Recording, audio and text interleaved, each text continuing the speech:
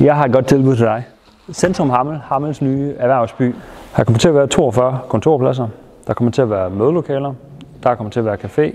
Der bliver elladestandere, parkeringspladser, badeforhold.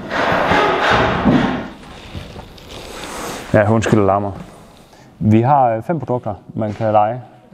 Lukkede kontorpladser, åbne kontorpladser, p-pladser, adresseservice, og så kan man booke et mødelokale på teambasis. Nedenunder der har vi selskabslokaler, hvor der kan være i alt 120 mennesker.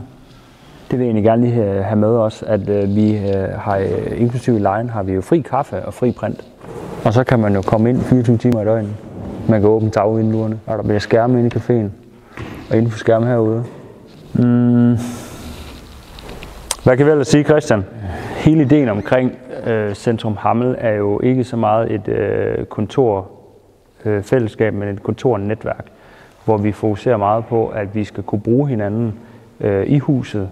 Og derfor bliver der også tænkt over, hvad det er for en type virksomheder, der kommer ind, sådan at det giver en synergi i huset, at man kan bruge dem, der er her. For eksempel, hvis du kommer som nyopstartet, som iværksætter, så giver det mening for dig, at du sidder her sammen med en revisor, en advokat, en bogholder, eller HR eller marketing.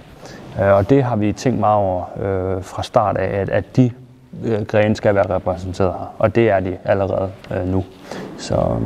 Så det har været hele ideen omkring at skabe et hus, som gør det attraktivt at være i, og ikke bare er en plads, du lejer.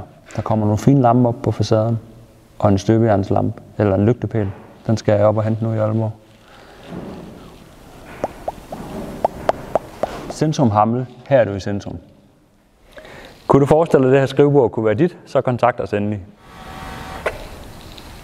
Det skulle være meget fedt.